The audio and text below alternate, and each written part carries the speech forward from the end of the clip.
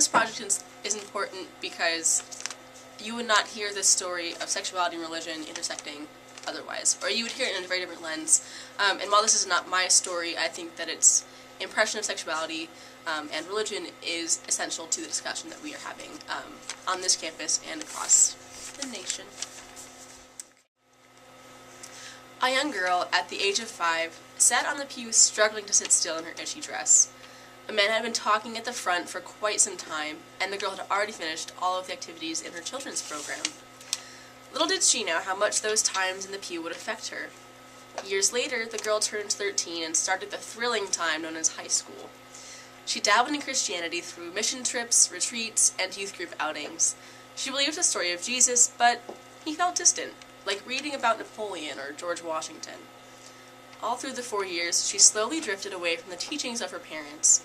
She never did drugs, but sexual activity was her fault.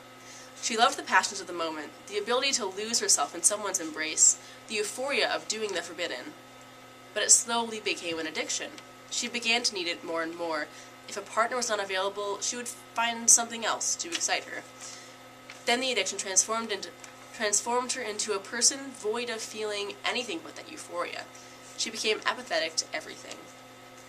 Finally, upon coming to college, she joined a faith group. This group felt like her youth group, and she figured it would look good on a resume. However, on one not-so-special night, she heard a modernization of the parable, The Prodigal Son. She loved this parable, and it was her favorite of all the parables from Jesus, but this telling made it much closer to her heart. A rancher's son forced his father to sell half of the property and took his newfound wealth to become an actor in Hollywood. While he tried auditioning, he rarely received a job and lived in the party scene. Eventually the bills caught up to him and he lost all of his wealth. The friends he had while he was rich turned a blind eye and abandoned him. He was forced to make a meager living scraping the bottom of the boats off. That was exactly where the girl was. She had sold and squandered her body for moments of pleasure, and she was now scraping the bottoms of boats to attempt to gain that life again. But the story does not end there.